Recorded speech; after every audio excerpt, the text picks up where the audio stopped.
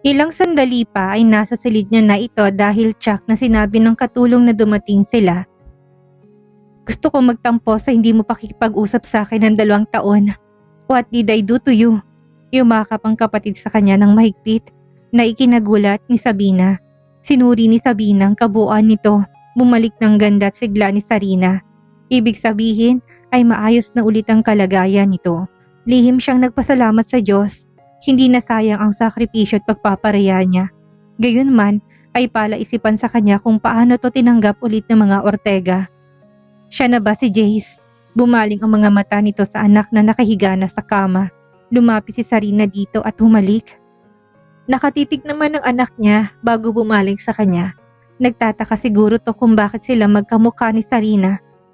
Kamukhang kamukha niya si Calvin. I'm sorry kung hindi ko sinabi sa iyo tungkol kay Jace. Ayoko lang na makagulo noon.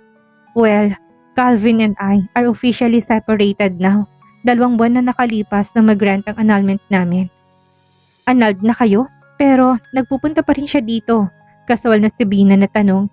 Maraming katanungan sa isip niya na baka mabigyang sagot ni Sarina.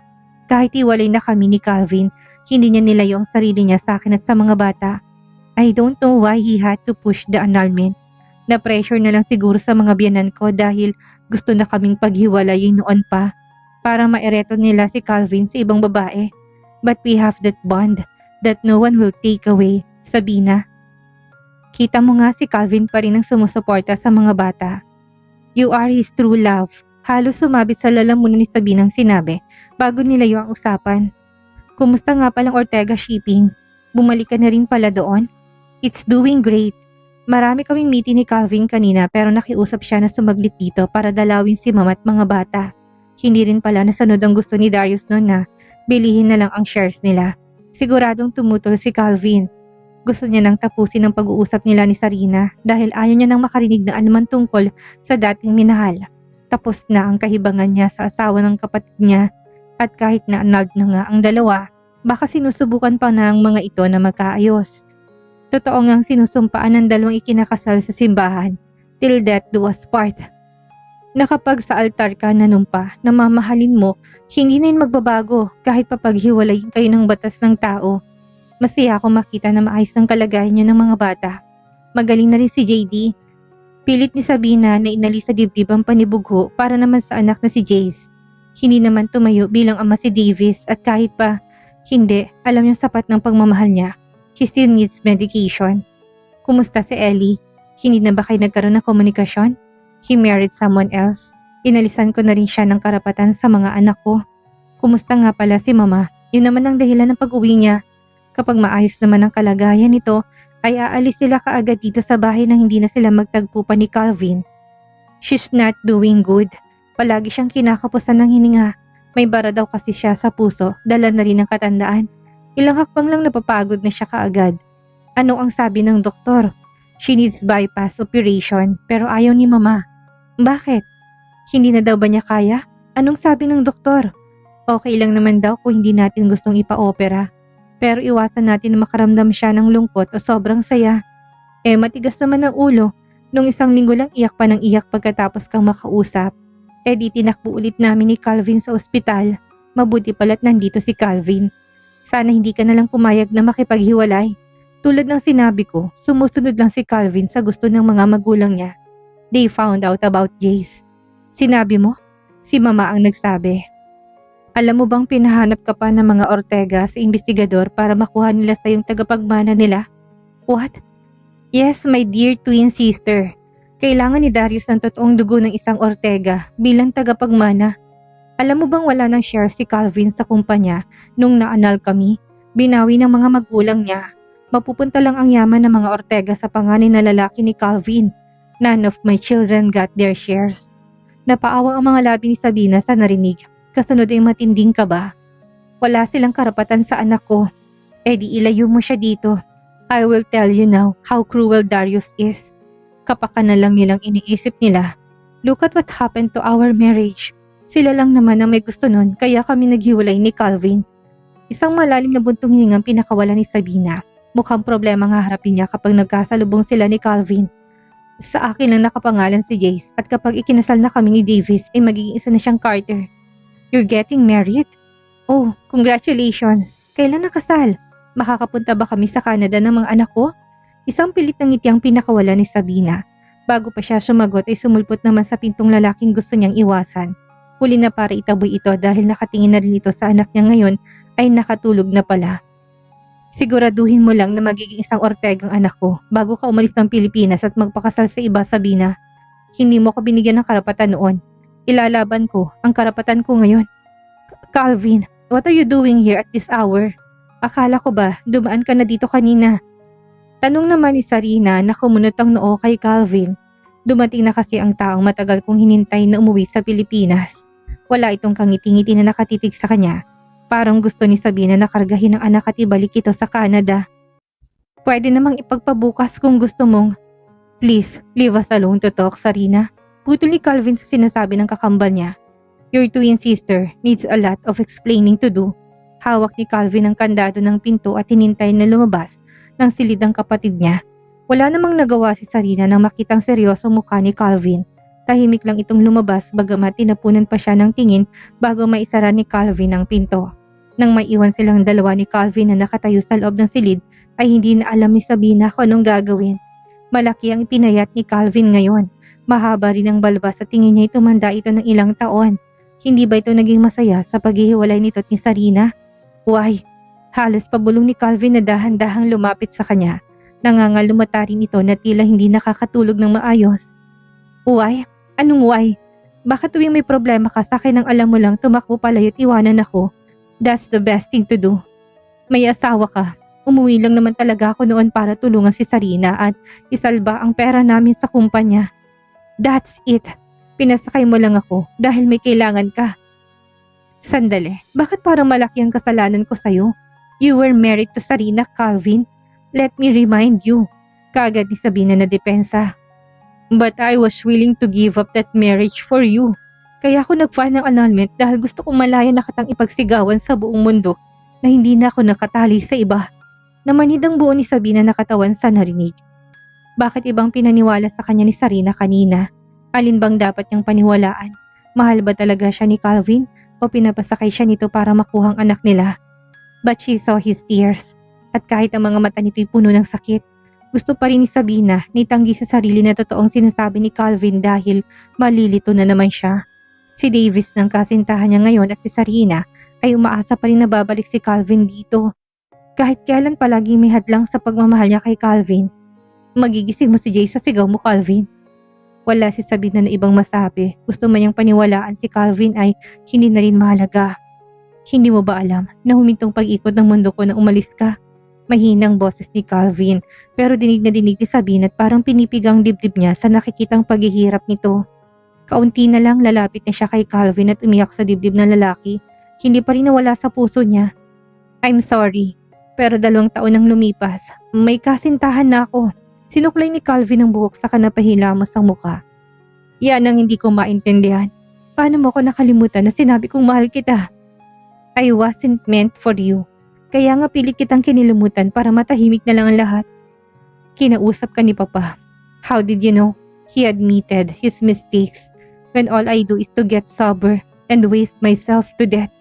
He knew all along that I am in love with you. Alam ko masakit ang mga sinabi niya, pero sana kinausap mo ko. Sana nagtiwala ka sa pagmamahal mo sa akin. Hindi yun ganun kadali, Calvin. Nakita kong paano naging independent si Mama at Sarina sa'yo na ako nang gustong lumubog sa kahihiyan. Kaya sinayang mo lang ang damdamin mo sa akin. Ganun ba? Please, hindi na natin maibabalik ang nakaraan na tulad ng sinabi ko kanina, may boyfriend na ako. I just want the best for everyone. How did it become the best for everyone? Hindi ko nga nakakasama ang anak ko. Nayayakap. I've been miserable for the last 2 years because I can't even see my own son. Lumapit to sa anak at sinubsob ang ulo sa dibdib nito. Natakot si Sabina na magising ang bata sa higpit ng yakap ni Calvin. Pero hindi niya mapigil si Calvin dahil nakita niyang yumuyugyug ng balikat nito sa pag-iyak. Napagtanto niyang nilalabas nitong lahat ng damdaming kinimkim sa matagal na panahon kahit siya hindi naiwasang lumuha at naghalong saya takot sa dibdib niya sa pagkikita ng mag-ama. Saya dahil sa wakas ay inako ni Calvin anak nila. Pero ang takot ay para sa anumang pwede nitong gawin para ilayo sa kanya si Jace. Matapos umiyak ni Calvin ay hinagka nitong anak sa noo sa pisngi. Pagkatapos ay hahaplusin ng kamay nito sa kadadalhin sa mga labi. Calvin has always been a passionate man. And spoiler, kung mapapalapit si Jace dito, baka hindi niya mailayong anak niya dahil mangungulila na ito sa ama. Nagulat siya na may hinanap to sa mga drawers niya. Pagkatapos ay sa may mga maleta naman nila. Nang makitang passport nilang mag-inay kinuha ng mga to saka humarap sa kanya. What are you doing? Ibalik mong passports namin, Calvin. You will never leave me again, Sabina. Ipaglalaban kong karapatan ko sa pagkakataong ito. May boyfriend na ako at magpapakasal na kami. Gusto mong magpakasal sa kasintahan mo? Go, pero iiwan mo sa akin ang anak ko. Mariin na sabi na wika ni Calvin. He is my son. He is my son too. Nakalimutan mo siyang ipakilala sa akin noon o sinadya mong kalimutan dahil iba naman talagang sadya mo sa akin. I was wrong when I thought you and Sarina are different. Noon at hanggang ngayon, pinapaikot yung ulo ko. Really? Sarina and I are the same? Kahit kailan hindi ko pinag-interesan ang pera nyo. Okay na sana kahit ang pag-interesan mo na lang eh. Laglag ang balikat nitong hinarap siya, hindi pa rin ito tinatagong pag-iyak. Kaya kong ibigay lahat sa iyo at kay Jace ang yaman na meron ako.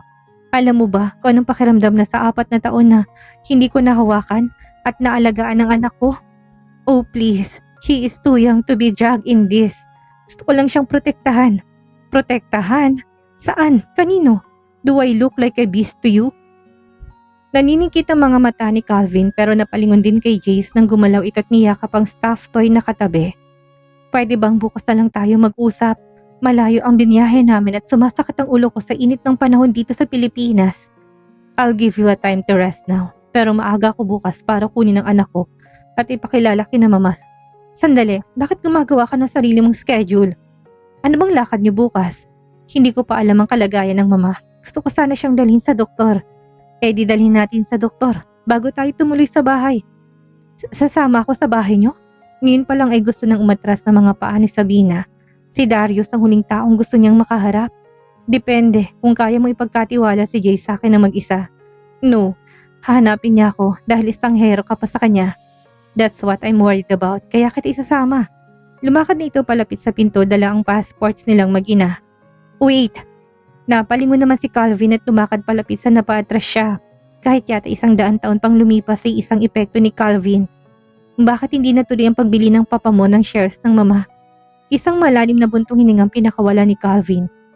Pinigilan ko. Alam ko kung gaano mo gustong protektahan ng shares na yon, na tanging alaala ni Papa Romeo sa inyo. I was hoping you would come back if you have known Papa's plan didn't push through. Akala ko kasi mahal mo ko, na nasaktan ka lang at nagtampo, pero babalik ka. Muling lumamlam ang mga mata ni Calvin na gusto ni Sabinang pauwiin.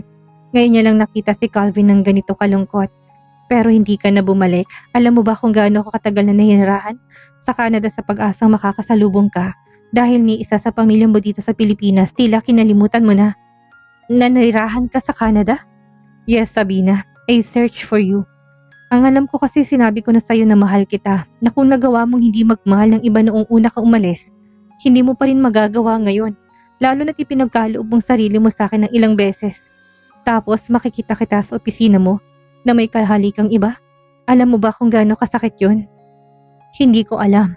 Kanino pa si Sabina nalilitaw matapos sa mga pagtatapat ni Calvin?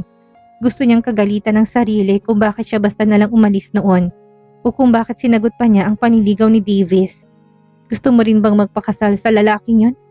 Inako kong anak ni Sarina dahil kasal kami noon, Sabina. Pero hindi ko ipapaako sa ibang anak ko kahit pa ikasal ka kung kaninong lalaki. Tandaan mo yan. Hindi na Sabina nakakilo sa kinatatayuan. Gulong-gulo, hindi lang ang isip niya kundi pati ang puso niya. Gusto man niyang tumakas ngayon ay hawak ni Calvin ang passport nilang mag-ina. At tama naman ito, hindi solusyon ang pagtakas niya noon. Pero paano ng mga taong masasaktan kapag pinairal niyang muli ang pagmamahal niya kay Calvin?